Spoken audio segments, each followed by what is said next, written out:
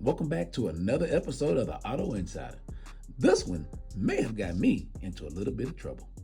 But before we get into that, take a moment to click that bell so you don't miss any more of our reviews. As an automotive journalist, my reviews are supposed to be objective. This is supposed to be a way for me to share with you what vehicles I think might fit your lifestyle. Some kind of way. When my wife got inside of this GLC 350e, it turned into a bit of a test drive. Is she going to be converted from all electric to a plug-in hybrid electric? So let's set the stage. We're driving the 2025 Mercedes-Benz GLC 350e. This is the plug-in hybrid electric version of this compact SUV.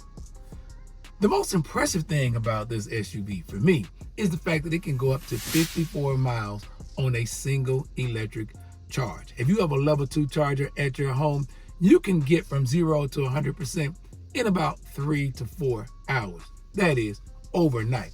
Theoretically, you can drive this GLC as a daily driver to and from work all week without ever having to burn any gas. So let's talk about this 2025 Mercedes GLC 350e. Now this thing has 306 horsepower, 6 pound-feet of torque. When you're thinking about an inline 4-cylinder engine, that's more than I actually expected, especially from a vehicle that is supposed to be luxurious, it's loaded with tech, and most importantly, it promises efficiency. Now, the best thing about this is probably its class-leading 54 miles of range on a single electric charge. Again, that's best in class. So theoretically, the average person on a daily drive can use this all week and never burn one drop of gas. But like I said, it's not just about efficiency. The luxury is here. The materials, the fit, the finish, the contrast and stitching along the dashboard, and of course, this smooth, quiet Mercedes cabin and ride. This GLC has changed my mind about what the letters on a Mercedes actually mean.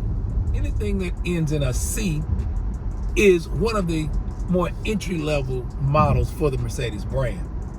Nothing about this GLC says entry-level to me, except maybe the size. Mercedes keeps things very plush in here. High-end technology, high-end touch points and materials on the cabin, and on the highway, this thing feels every bit as luxurious as any other SUV we've driven in the past. Even this shorter wheelbase doesn't take away from the ride quality. And as you can tell, the cabin in here is quiet. It says luxury. I was having a conversation with a friend of mine who is a trainer for Mercedes, and he pointed out one thing about this GLC 350e that I didn't know, and probably a lot of other Mercedes owners may not know. And if you are a repeat Mercedes buyer and this would be your first introduction to the hybrid version, there's a thing you need to know about the gas tank. So traditionally, when you're putting gas in a Mercedes, you just walk up to the gas tank, you push the door, and it pops open. Well, on this GLC 350e, you'll stand at the gas pump looking like an amateur in your Mercedes, because on the GLC 350e, you have to release the gas door from here inside the car before you get out. Because of this, the gas tank now is smaller in the GLC E than it is in the standard GLC 300. They had to make more room for that electric battery back there in the cargo area. So the tank is smaller. This way it releases pressure, so when you get there, there's not a psst when you put gas in. The Tesla that we're driving has the AMG line blacked out wheels, a little black molding here along the side trim, and the extra moldings on your wheel well give it a little bit of a sporty look to it. It actually makes it look a little bit smaller, but it makes it look a little more expensive. This panoramic roof is really nice. It adds a lot of light to the cabin. However, it doesn't open. You can only tilt it. I think they should have found a way to make that one open. So if I were going to complain about anything on this GLC, it may be the fact that the roof doesn't open. I wouldn't typically recommend an SUV of this size for a family. However, you have small children, there's plenty of space back here. I would say your kids grow up to maybe middle school age before you'd outgrow it. Now, the cargo area did lose a little bit of its height capacity with the raised floor for that hybrid motor back there. Not enough to really make a difference. You can still get about 4 carry-on bags across there and some of your extra things. Now, you might block your rear view, but you're gonna find a way to fill that cargo area. And our Tester is completely loaded with all the goodies. You have heated and ventilated seats for both front seat passengers, USB charging ports here in the front, 3 in the front seat, and 2 for the second row.